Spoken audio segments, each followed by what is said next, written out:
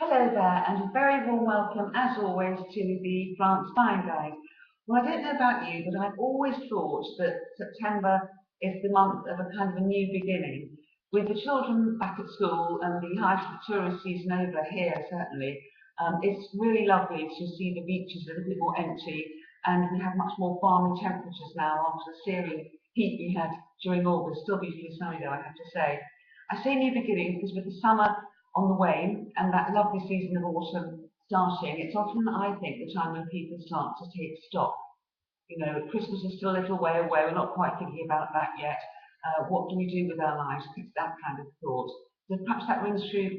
Perhaps that rings true with you. Maybe you, as I speak, are planning your own trip over this autumn to come to France and look for property. Well, I'm often asked how best to integrate into life in France, and living in a country other than your own does take some imagination, and as well, it takes, I think, an almost philosophical disposition towards living in a foreign land. Of course, having an ambition to come and live in France is a great start, but to really integrate happily, I think you almost have to become French.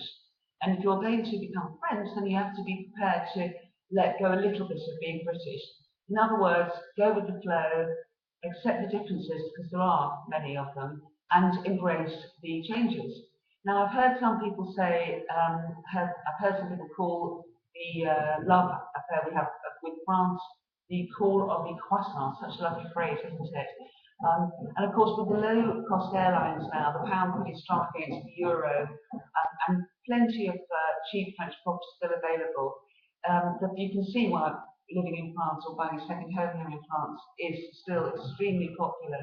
It's really become something that's available to many people. Before, perhaps many years ago, it was just the affluent few who could afford to buy somewhere in France. But now, as I say, with all these new easier things available to you, it's much more. It becomes available to lots and lots of people. Learning another language is both stimulating and also confidence boosting.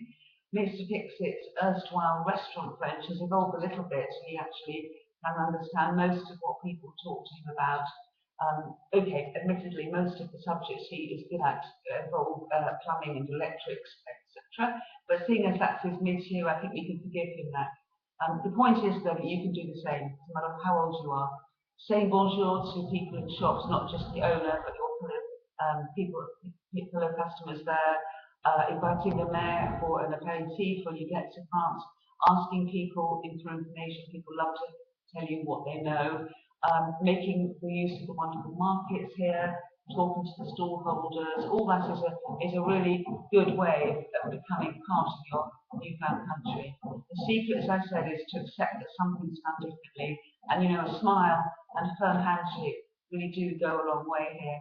Well, I have a wealth of hot tips for you in my France Fine Guide, so if you don't have your copy already, do take a look at the website here. It's very easy to order your own copy.